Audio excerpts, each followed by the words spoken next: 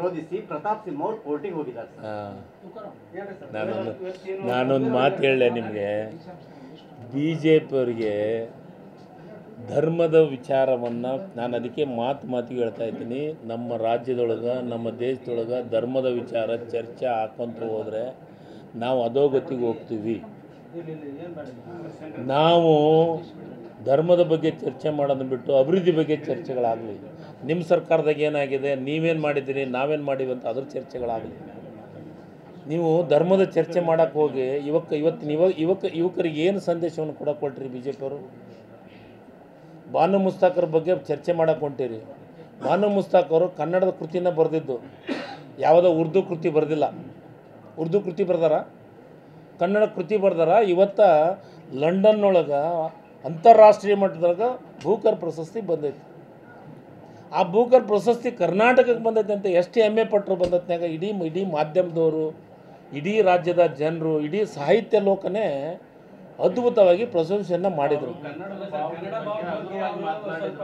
Sir, ಈಗ ಒಂದು ನೋಡಿ, ಸಣ್ಣ ಪುಟ್ಟ ಸಮಸ್ಯೆಗಳು, ಹೇಳಿಕೆ ಪೇಳಿಕೆ ಅವೆಲ್ಲ ದೇವೇಗೌಡರು ಮುಂದಿನ ಜನ್ಮದೊಳಗೆ ಜಯಂತಿ ಇತ್ತು ಅಂತಂದ್ರೆ ಮುಸ್ಲಿಮ್ಸ್ ಹುಡ್ತೀನಿ ಅಂತಂದ್ರು, ಯಾಕೆ BJP ಅವ್ರು ಕರ್ಕೊಂಡ್ರು?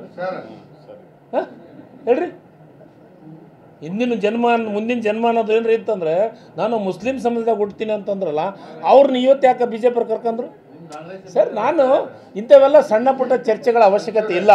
ಅದ್ರ ಬಗ್ಗೆ ಚರ್ಚೆ ಮಾಡೋಂಥದ್ದು ಅವಶ್ಯಕತೆ ಏನಿದೆ ಅಂತಂದರೆ, ಇವತ್ತು ಬಾನು ಮುಸ್ತಾಕ್ ಅವ್ರಿಗೆ ಬೂಕರ್ ಪ್ರಶಸ್ತಿ ಸಿಕ್ಕಿದೆ. ನಮ್ಮ ಕರ್ನಾಟಕದ ಒಂದು ಹೆಮ್ಮೆ, ನಮ್ಮ ಕನ್ನಡದ ಹೆಮ್ಮೆ. ಇವತ್ತು ನಾವು ಅವ್ರನ್ನ ಕರೆದು ದಸರಾ ಉದ್ಘಾಟನೆ ಮಾಡಿಸ್ತಾಯಿದ್ವಿ. ಮೈಸೂರು ದಸರಾದೊಳಗೆ ಎಲ್ಲ ಸಮಾಜದವರು, ಒಂದು ರಾಜರು, ನಾಲ್ವಡಿ ಕೃಷ್ಣರಾಜ ಒಡೆಯರ್ಗೆ ನಾವು ಇವತ್ತಿಗೂ ನೆನೆಸ್ತಾ ಇದ್ದೀನಿ.